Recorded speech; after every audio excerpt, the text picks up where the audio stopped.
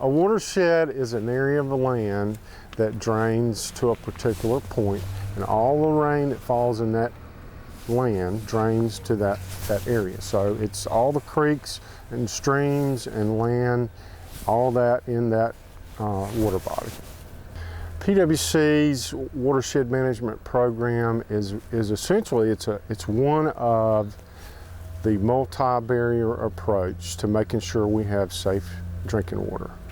And that multi-barrier approach includes source water protection, and then treating the water when it gets to the plant, and then monitoring and testing once it gets into the distribution system. So the watershed protection program is just one phase of that multiple barrier approach to making sure we have safe water. One of the reasons it's important to protect our source water is because the dirtier that water is, the more expensive it is to treat it at the treatment plant.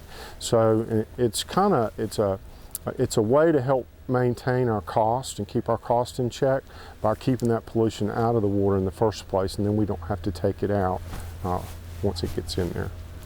We know there's a direct correlation between density and development and water quality. So in other words, the higher the development is, the poorer the water quality is in a particular watershed.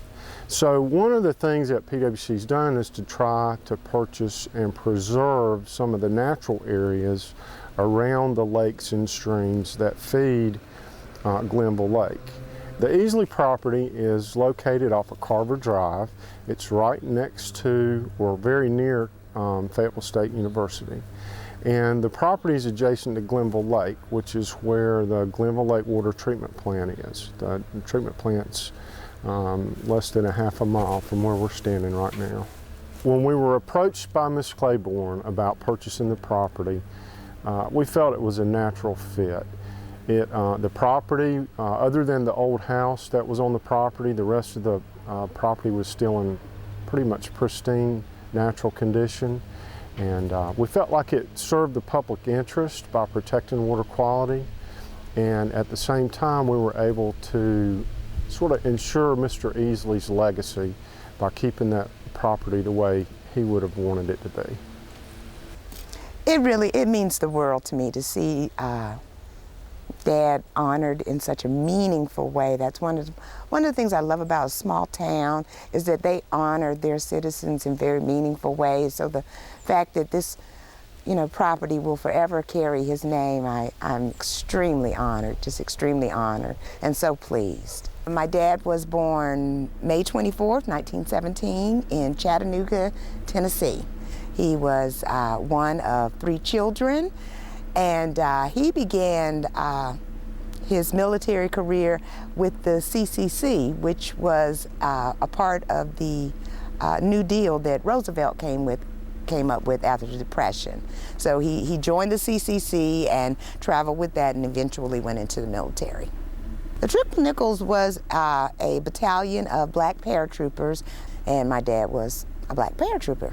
Dad was a test pilot for an Arctic mission, and he was he was the only black pilot who was on that mission, and they were testing to see how planes and helicopters would react in the Arctic cold. Life magazine, I don't know how they found out about him, but some kind of way they did, and they took a picture and showing him going into the aircraft, and just noted that he was the only first and only black pilot to have such a mission. So it was quite an honor, quite an honor. The house was purchased from a friend and fellow military man, Harry Groves, who retired, and he was an attorney. And Mr. Groves had the property, and it was originally a farm. He had a farm back here. He had livestock and chickens and animals and things of that nature, and Dad purchased the property in 1954. Dad was Mr. Fix-It. He could fix anything, cars, appliances, you name it, he could fix it. And he also would fix the little bicycles for the children. He built go-karts, and they could, ride around the property. And also, I found out later that he had a Boy Scout troop for the neighborhood boys. I didn't find that out till after his death, but he was a Boy Scout leader. So I thought that was pretty cool. Dad loved to build and tinker, and he had all kinds of equipment and, oh good grief, you name it, he had it in that magic shop. And when I was a little girl, he would let me come in and, you know, I had my own little hammer and he would just let me bang on a piece of wood. But it was his little personal sanctuary. It was his place where he went to do all of the things that he was interested in, which was everything. He was never not interested in something. And it was magic. Everybody, that's what we always called it, because magic happened in there. He would build things and create things, and the sign is still there that he carved himself over by the gate, and I mean, it's just great. It was magic, and he had a refrigerator with sodas, and it was just a lot of fun. Great memories. My fondest memories, having my friends over, swimming in the pool. Dad would make us homemade popcorn. He made the best popcorn on the stove ever. And we, you know, sit around munching popcorn and just being girls. It was just so much fun because we could just run and play and scream, and it was good, clean fun.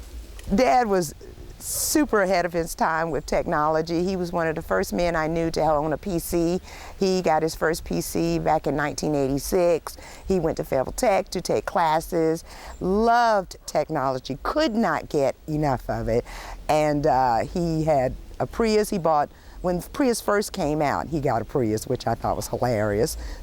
You know about that, but that's just the kind of guy he was. He was ahead of his time with regard to embracing technology. So I think he would be so extremely pleased to see the land preserved, and to see that nature has come back and restored itself the way it was before any house was ever there.